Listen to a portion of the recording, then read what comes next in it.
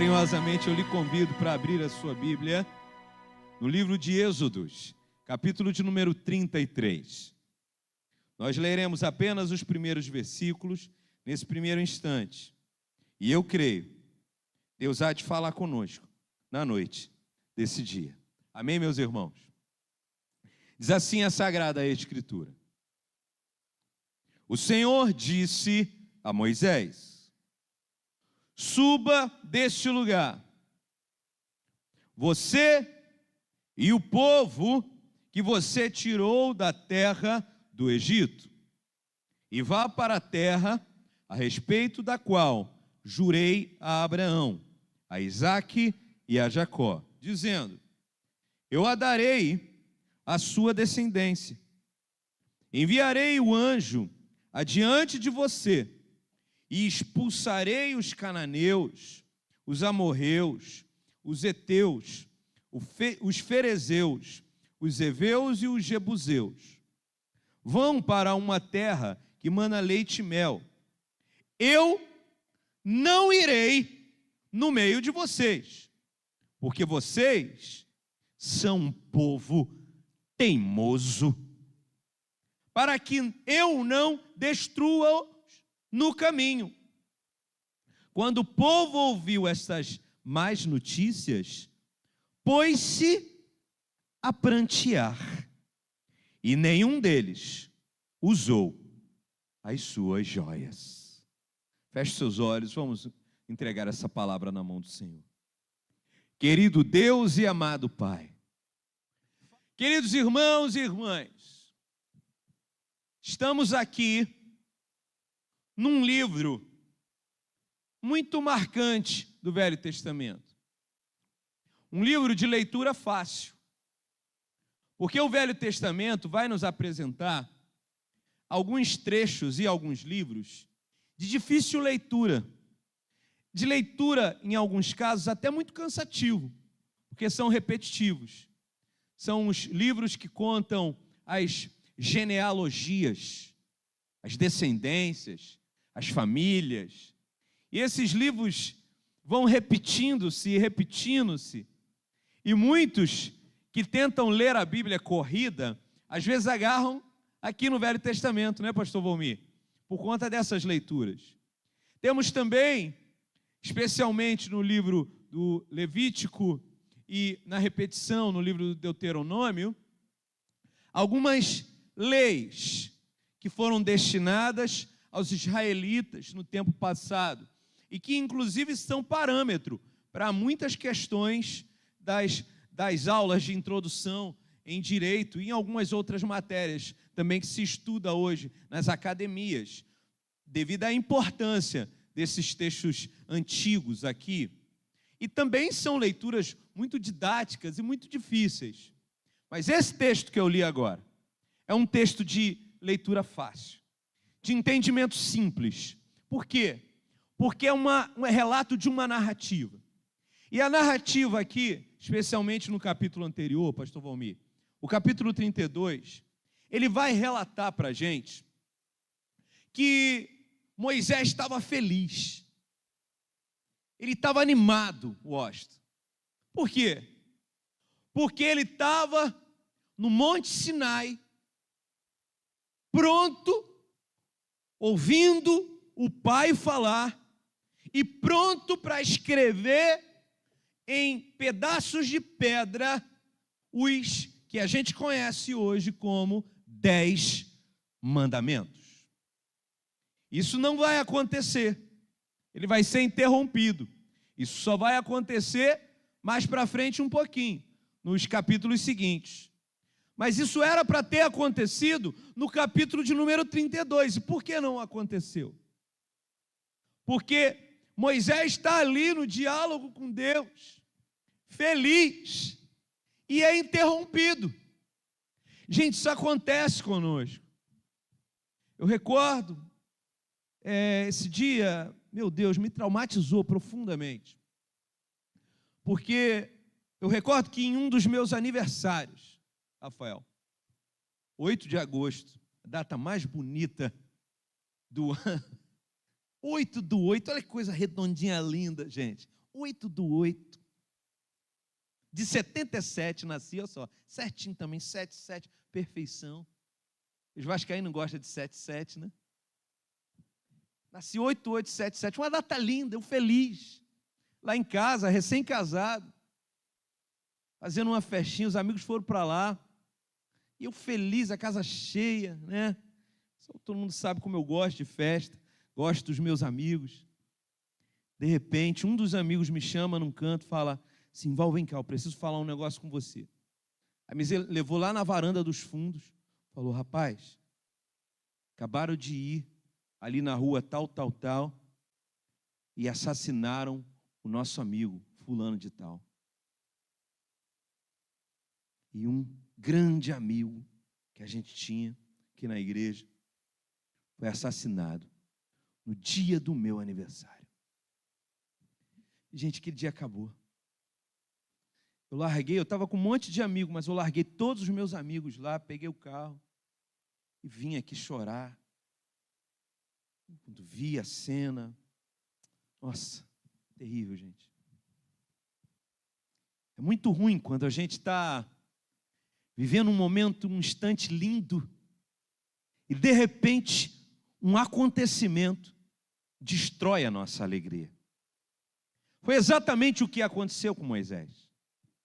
Moisés estava feliz, pastor Valmir. Estava no Monte Sinai, falando com o Pai, pronto para descer do monte, levando os ensinamentos naturais que ele deveria descer do monte e entregar para o povo, depois de passar um tempo na presença de Deus. Mas aquilo é interrompido pelo próprio Deus. Deus vira para Moisés e fala: Moisés, desce correndo. Moisés não entende e pergunta: por que, meu Deus? Por que eu tenho que descer correndo do morro? Falou: Moisés, desce do morro correndo e vai ver o povo, porque o povo está me traindo. O povo me abandonou, Moisés. E quando Moisés desce, ele vê uma cena, irmãos, horrorosa. O povo não aguentou esperar. Olha aqui, tem uma grande lição nisso. Toda vez que a gente não consegue viver os processos e não consegue esperar o tempo de Deus, amém, meu irmão, minha irmã, quem já viveu um pouco mais no Evangelho sabe que Deus tem o tempo dele para realizar na nossa vida, amém ou não? Mas quem não consegue esperar o tempo de Deus, quem não consegue vivenciar as agruras e as dores do processo, vai entrar por caminhos de dor, vai entrar por caminhos de idolatria, vai entrar inevitavelmente por caminhos que vão desagradar o nosso Deus e Pai. E assim foi com esse povo, porque não quiseram esperar. O relato bíblico do capítulo anterior, capítulo 32, vai dizer que o povo agoniou Arão. Chegou para Arão e falou: meu irmão, a gente não está aguentando esperar esse Moisés. Ele está lá no alto desse morro, e só ele que fala com esse Deus, e a gente não quer mais esperar. Fabrica um Deus aí para a gente. E o texto sagrado diz, irmãos, que mais uma vez, um outro ensinamento lindo nos é permitido. O homem de Deus se curva à vontade de um povo obstinado e pecador. Dizem por aí que a vontade do povo e a voz desse povo é a voz de Deus. Gente, isso nunca foi tão mentira como agora. Nunca foi. E o povo aqui aperta Arão, aperta o homem de Deus, e o homem de Deus cede. Meu irmão, em nome de Jesus, recebe uma palavra de Deus aí agora. Se você é homem de Deus, se você é mulher de Deus, nunca ceda às pressões que o mundo gera sobre a tua vida. Nunca mude a sua opinião, que é embasado na vontade de Deus e nas Sagradas Escrituras, para fazer algo que desagrada a Deus, porque você está sofrendo pressão. Aguenta a pressão em nome de Jesus. Aguenta a pressão em nome de Jesus, mas não negocia com aquilo que agrada ou desagrada ao Deus Todo-Poderoso. Foi o que Arão fez. Ele se rendeu. Ele mandou os homens, as mulheres, as crianças, as meninas, os meninos entregarem as pulseiras, os anéis, os brincos, e ele fabricou um negócio estranho lá que parecia com um bezerro, que era uma entidade adorada no mundo antigo. Quando Moisés desce, ele fica triste, ele se ira. Era algo terrível no caráter de Moisés, ele falhava muito nisso, inclusive. Ele fica com ódio do povo, fica nervoso, ele vê aquilo. Acontecimentos se dão, pessoas vão morrer aqui, pessoas vão ser assassinadas aqui nesse cenário. Meu irmão e minha irmã, toda vez que a gente sucumbe e se rende à pressão do povo, a pressão, o resultado vai ser resultado de morte, de tristeza, de dor, de desagrado. Este era o cenário. O povo tinha desagradado a Deus, tinha desagradado a Moisés. Moisés tinha subido para trazer uma das maiores dádivas que aquele povo ia receber em toda a sua história. E ao invés disso, o que eles recebem? Dor e morte. Assim começa o nosso capítulo de número 33. O texto que eu li agora. E aqui, nesse texto, o Senhor vira para Moisés, agora ali embaixo, não lá em cima no Monte Sinai, mas embaixo, no meio do povo. E vira para Moisés e fala: ó, faz a vontade do povo, Moisés. Leva o povo, Moisés. Eles querem ir, siga caminho adentro. Faz o seguinte, eu vou mandar inclusive um anjo para acompanhar esse povo. Mas Deus fala algo, irmãos, que marcou meu coração nessa leitura. E é esse algo que vai fazer, aqui no versículo de número 4, o povo chorar, o povo prantear. Para alguns estudiosos do Velho Testamento, algumas famílias, nesse momento aqui, estavam gritando de chorar. Estavam chorando desesperadamente. O que é que faz a gente chorar desesperadamente, gente? Era assim que o povo estava. E por que o povo chorou desesperadamente? Preste atenção. Esses primeiros versículos que eu li, Deus dá uma notícia. E ele fala, ele garante, presta atenção, que o povo ia continuar marchando. Amém? Quantos acham que continuar caminhando com Deus é maravilhoso? Continuar caminhando e vivendo o que Deus prometeu é maravilhoso. Mas presta atenção. Deus tinha prometido que eles iam caminhar. Tinha prometido que eles iam para uma terra que mana leite e mel. Deus não tirou nada disso, pastor Valmir. Eles ainda tinham a promessa da terra que manava leite e mel. Eles ainda tinham a promessa de que iam ser cuidados por Deus. Deus entregou essa palavra, entregou para o profeta entregou a palavra para eles. Deus já tinha dito para Moisés, inclusive, um pouquinho antes, que se Moisés quisesse, Deus matava todo mundo e começava de novo com Moisés. Inclusive Deus vai propor isso para Moisés umas 2 ou 3 vezes aqui no Velho Testamento, no Pentateuco. E Moisés ora, intercede, então Deus livra o povo. Deus já tinha, ou seja, eles já estavam no bônus, eles já estavam no lucro, porque não tinham morrido. estavam olhando lá na frente e tinham a promessa do futuro. Eles tinham lá na frente, esperando eles, a terra que mana leite e mel. Mas Deus disse uma coisinha que fez esse povo chorar e se desesperar. E o meu sonho nessa noite é que, se algum de nós se deparasse com essa mesma ideia, que a gente sentisse a mesma vontade. A vontade de chorar, Joelson. Deus fala assim para eles, ó: vocês têm futuro, eu garanto o futuro de vocês. Era Deus que estava falando, gente. Vocês vão chegar num lugar que mana leite e mel. Eu vou mandar até um anjo com vocês. Mas, ó, para eu não matar vocês, que vocês são muito teimosos, é exatamente assim que está escrito. Para eu não matar vocês, a minha presença não vai com vocês. Eles tinham futuro. Eles tinham prosperidade garantida. É o significado de leite e mel. Prosperidade. Eles tinham um anjo que Deus ia mandar para proteger.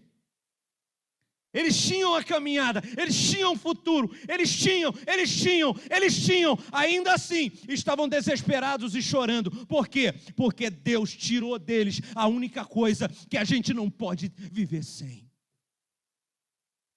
A única coisa que a gente não poderia negociar.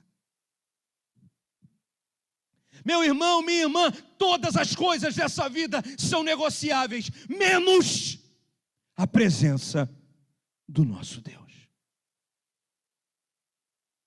O povo estava desesperado. O povo talvez começou a ter um estalo e entender o que estavam fazendo. Que no nome do Senhor Jesus Cristo, que nesses dias Deus venha pegar você lá no seu cantinho de oração. Que Deus venha te acordar pelas madrugadas. Que Deus venha te acordar meia horazinha. Quem aqui já acordou meia horazinha antes da hora do relógio despertar, gente? Hein? Do celular. Não é ruim pra caramba? Quando você acorda meia hora antes e dá aquela despertada e fala: meu Jesus, vou levantar 5 e é 4:30. E dá aquela tristeza assim: não vou dormir só de raiva agora, eu vou dormir. E não consegue dormir, vira para lá e vira para cá. Que no nome do Senhor Jesus Cristo, o Senhor te acorde 10 minutinhos antes, meia horinha antes. E quando isso acontecer, nesses dias, que você lembre que é para você dobrar o teu joelho e falar com o Pai. Que Ele faça a gente derramar uma lágrima escutando uma música, escutando um louvor. Que você derrame uma lágrima daqui a pouquinho, ao pegar os elementos da ceia, lembrando do Deus que foi para o madeiro, que foi para a cruz, pela minha e pela tua história, pela minha e pela tua vida. Que a gente se derrame na presença do Senhor, que a gente venha se revoltar com a possibilidade de Deus estar dando tanta coisa para a gente, mas a gente não está recebendo o melhor de Deus. Entenda, meu irmão, o melhor de Deus não é a nossa casa, o melhor de Deus sequer é o nosso casamento, o melhor de Deus sequer é os nossos filhos. Ô pastor, filho não, mexe com filho não, heresia pastor. Meu irmão, eu repito, o melhor de Deus sequer é os nossos filhos. Eu dizia para o Douglinhas, o nosso baixista, ainda agora, antes do culto começar, Miguelzinho correndo aqui, eu falei: caramba, ser pai é bom demais, né, Douglas? Aí ele riu: é, o pastor é mesmo. Lembrando da filhinha dele, do filhinho dele. É bom, irmãos, é bom, mas não é o melhor de Deus. O melhor de Deus é Deus. O melhor de Deus é a presença de Deus. O melhor de Deus é o colo dele, é o abraço dele, é a voz dele que enche a nossa vida e muda a nossa realidade, que muda a nossa história, que nos muda. Mas o povo aqui é chamado de povo teimoso. As versões das Bíblias de alguns irmãos aí, as revistas e atualizadas, as Almeidas, revistas e atualizadas, vai dizer que a gente é de dura cerviz, cervical, coluna, dura coluna, ou seja, é gente que não se curva, é gente que se empina. Meu irmão, acabou o tempo que Deus vai ficar tentando te dobrar, que no nome do Senhor Jesus Cristo, você venha decidir se curvar, se dobrar diante da poderosa mão do Deus Todo-Poderoso, que faz diferença na nossa vida. Deus não vai fazer obra com gente de coluna dura, com gente de dura cerviz, com teimoso. E olha quem está falando para vocês, é um dos maiores teimosos que você já conheceu na tua vida. Um dos meus maiores defeitos é teimar. Que no nome do Senhor Jesus Cristo, o Senhor venha nos ensinar a humildade, a simplicidade de se dobrar diante dEle para ouvir a sua voz. Amém, meu irmão? Glória a Deus. Esse texto continua. O capítulo continua e um diálogo maravilhoso vai rolar aqui.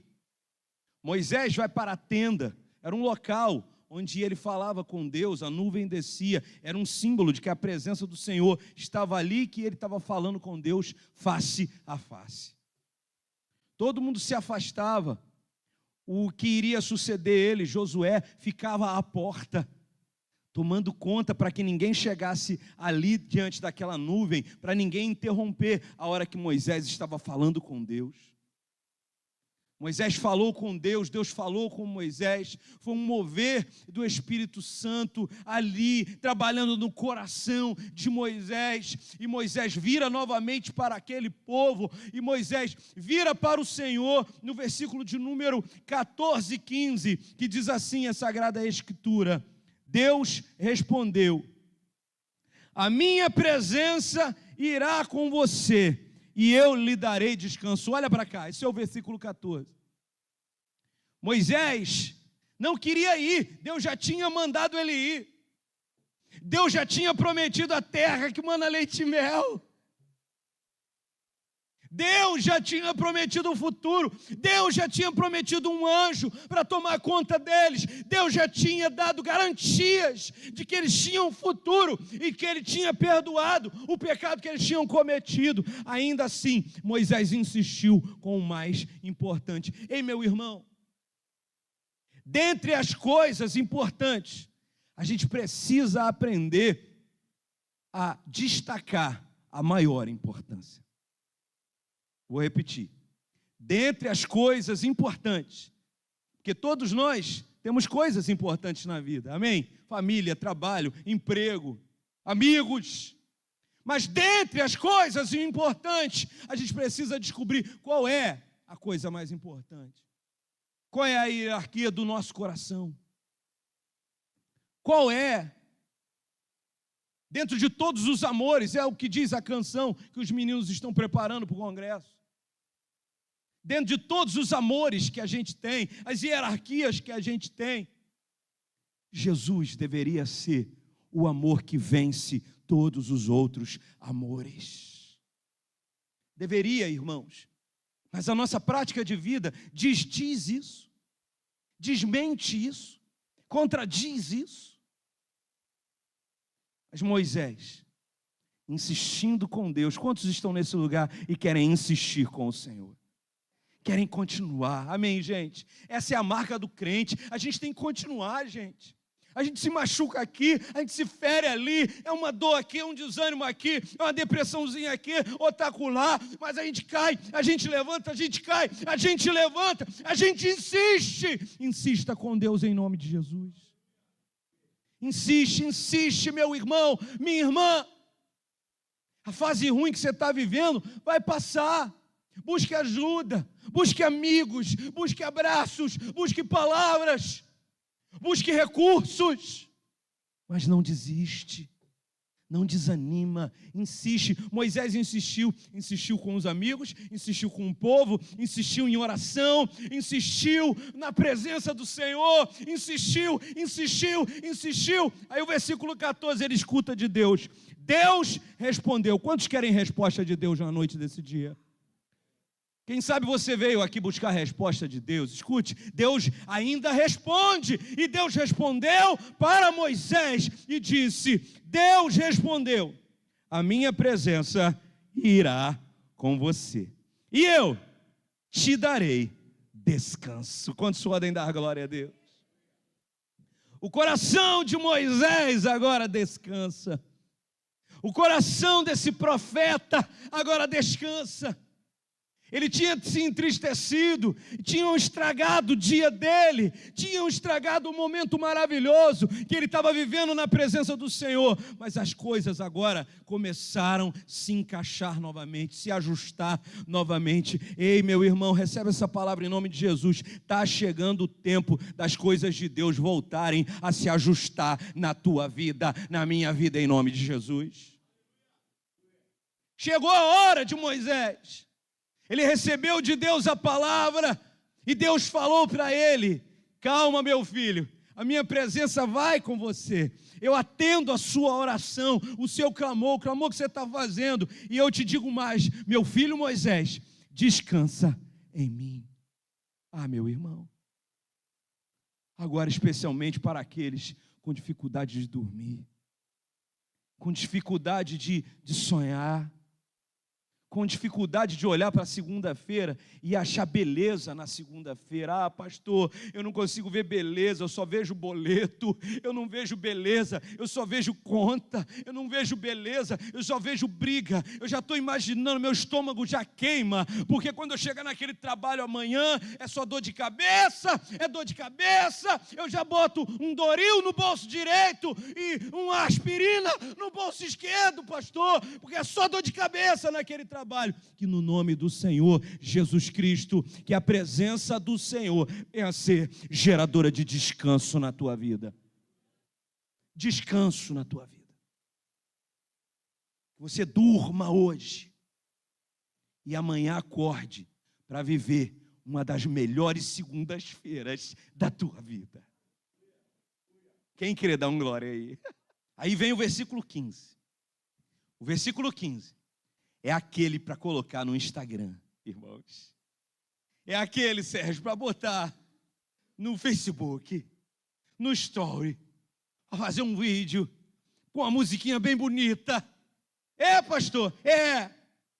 Porque Deus dizer que vai dar descanso é maravilhoso. Deus dizer que tem um futuro para nós é maravilhoso. Mas aqui, eu tenho uma atitude de um pecador igual eu e você.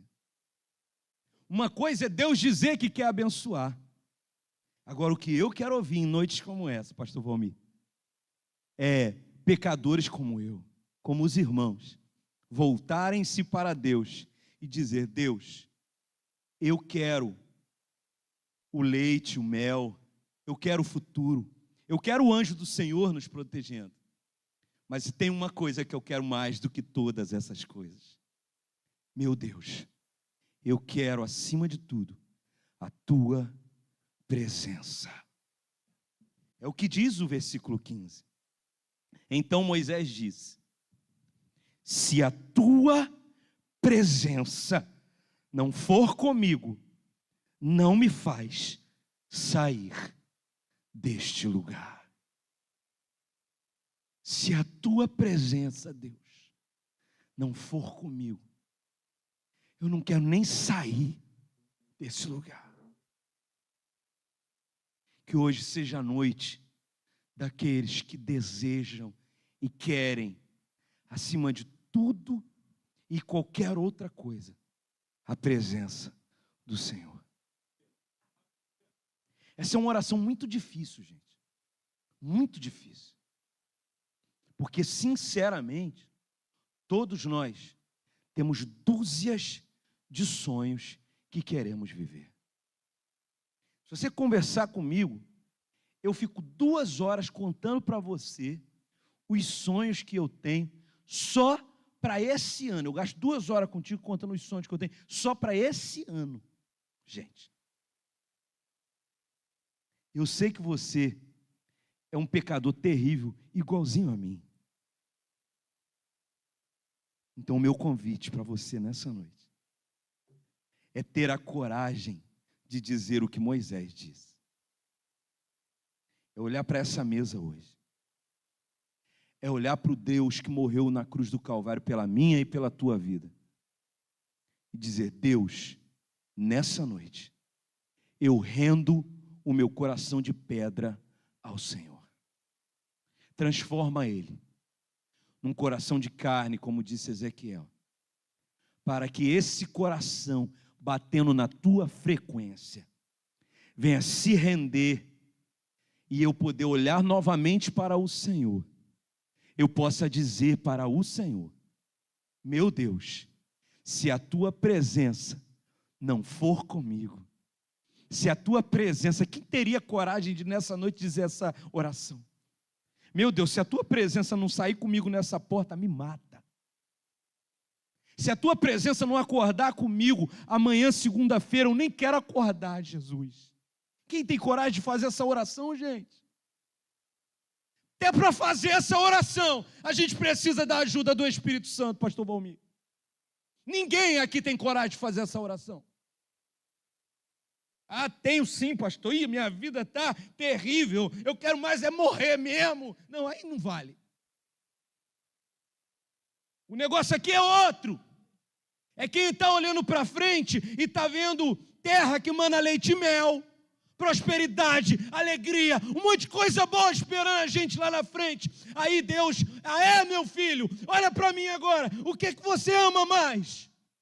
O teu futuro, as tuas alegrias, os teus amores, ou eu?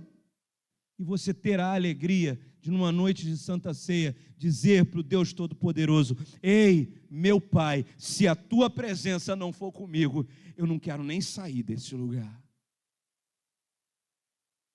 Que o Espírito Santo de Deus encha a nossa vida nessa noite. Daqui a pouquinho o coral vai estar aqui em cima cantando. Daqui a pouquinho a gente vai estar distribuindo os elementos da ceia. E que na noite desse dia, a gente venha renovar a nossa aliança com o nosso Deus. Jovens, que Deus venha preparar o coração de vocês para um congresso cheio do Espírito Santo. Por que esperar a semana que vem? Por que não ser cheio hoje?